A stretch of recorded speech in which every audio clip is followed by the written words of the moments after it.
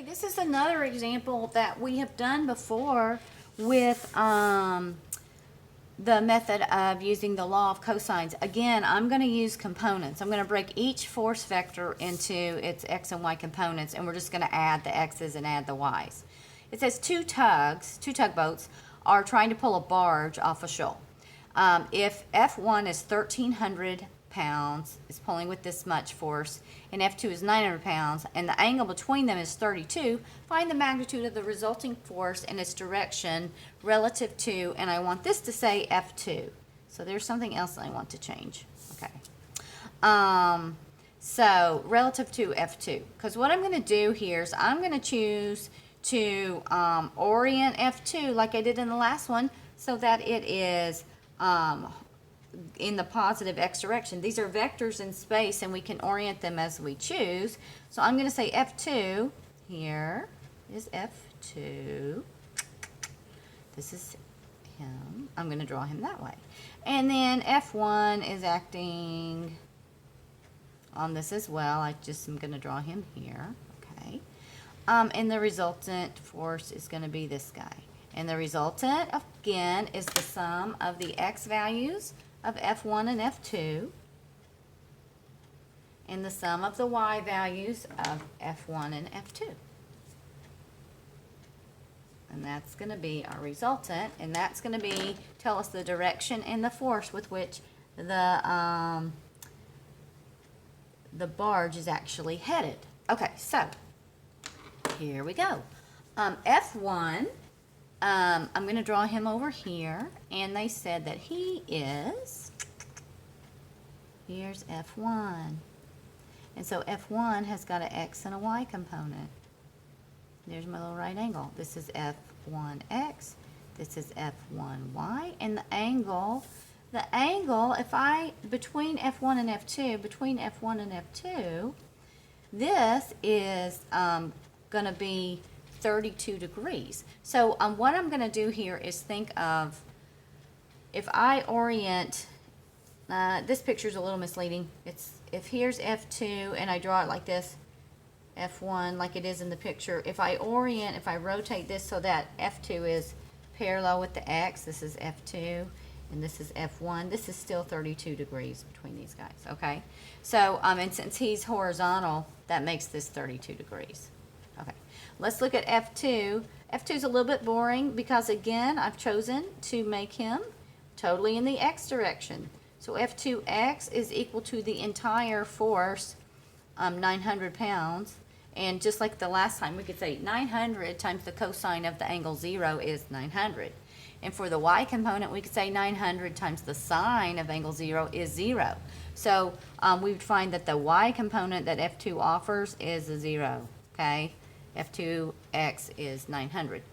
How will we find, this is 32 degrees, let me write that better, 32 degrees. F1x is going to be the resultant, 1300,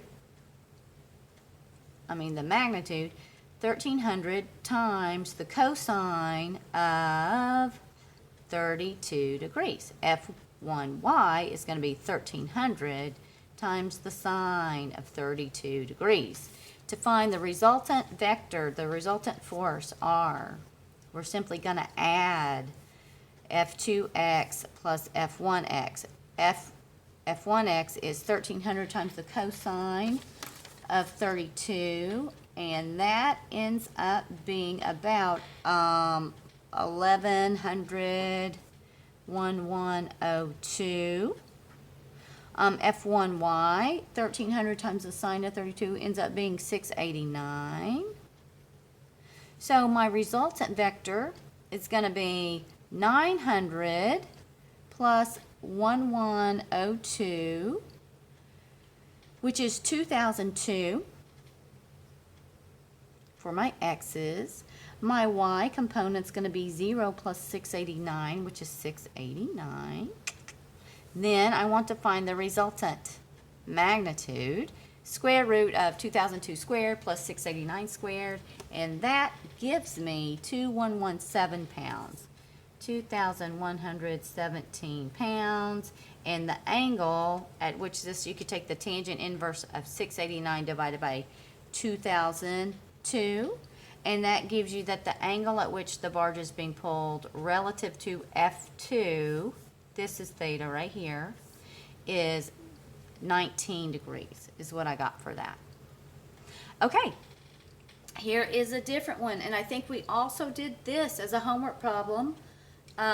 This is, you'll recognize that if you've done your homework, it says a car weighing 4,200 pounds is parked on a hill inclined 12 degrees to the horizontal.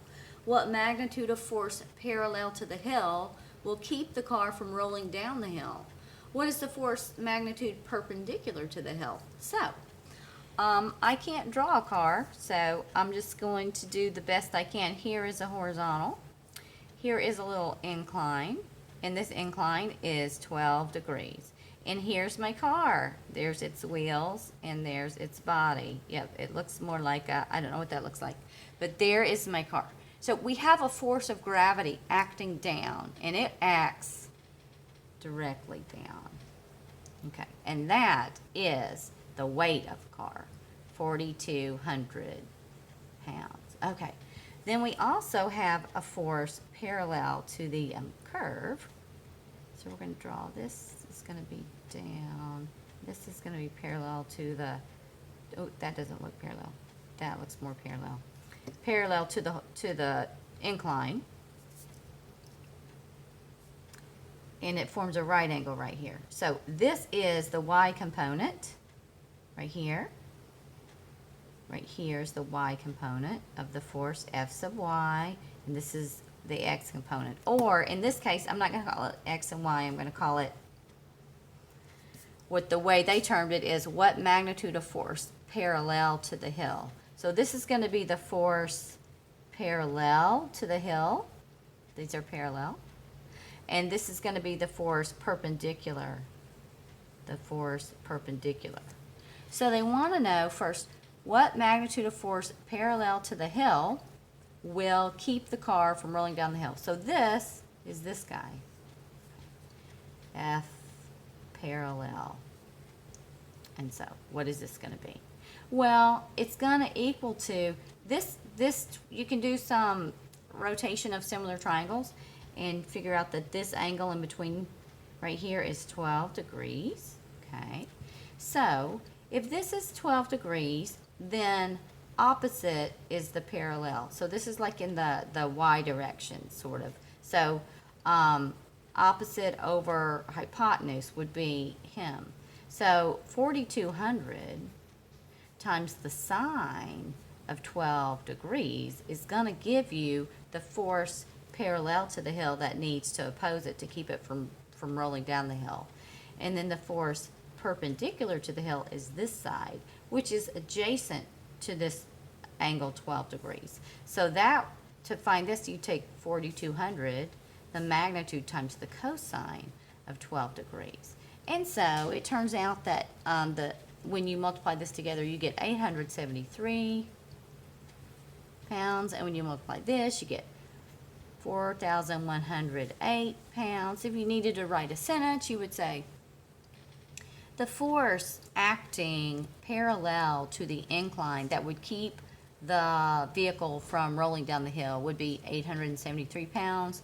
The force acting perpendicular to the incline that would keep the vehicle from rolling would be 4,108 pounds. That's how you could write a sentence for that. Okay, let's look at number 5. Number 5 involves a work problem. So, a work problem. Work is defined to be, and this is a little bit simpler than how the book put it, but work is basically the distance or the displacement or the movement. So the displacement is what they call it, displacement.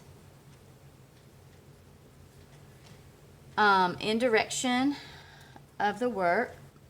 So we'll just say how far something moved, okay, the displacement, times the force in the same direction. So the force in the direction of the movement. So this is a little bit simpler terms than how the book sort of explains it. But if you think of a person pulling a child in a wagon, the direction of movement is horizontal to the right in the X direction. Okay, but if you look at how he's pulling him, he is pulling sort of up because he's tall and there's his arm, and this is just how you pull something. So his force vector is here. This is the resultant force vector. It's going up here. And actually, at the angle that he's pulling him is 42 degrees. Well, if you're trying to calculate work, you don't count that whole amount of force. Part of that force is, I guess, a little bit being wasted because it's not in the direction of movement. Part of the force is going up, F sub y. But then the other part of the force is F sub x, which is in the direction that he's walking. So to calculate the work, we only want to consider the F sub x, the force in the direction of the movement, and then the displacement. So they told us in the problem how far he walked. So you don't do as much work if you don't walk as far. I think that makes sense to us. So to figure out the work, he pulls a child 3,000 feet. That's the displacement. It's going to be 3,000 feet times the force, but only the force in the direction of the movement, F sub x times F sub x. So now we know how to do this because we know how to look at components of vectors. F sub x will equal to the amount of force being used, which it says he's pulling with a constant force of 12 pounds. 12 times, this is 12 pounds. And the angle in between here is 42 degrees times the cosine of 42 degrees. And so the amount of work being done when you multiply that together ends up being like 26,753. And the units of this work is called foot pounds. And so that is how you can figure out work. All right, that's it for this one.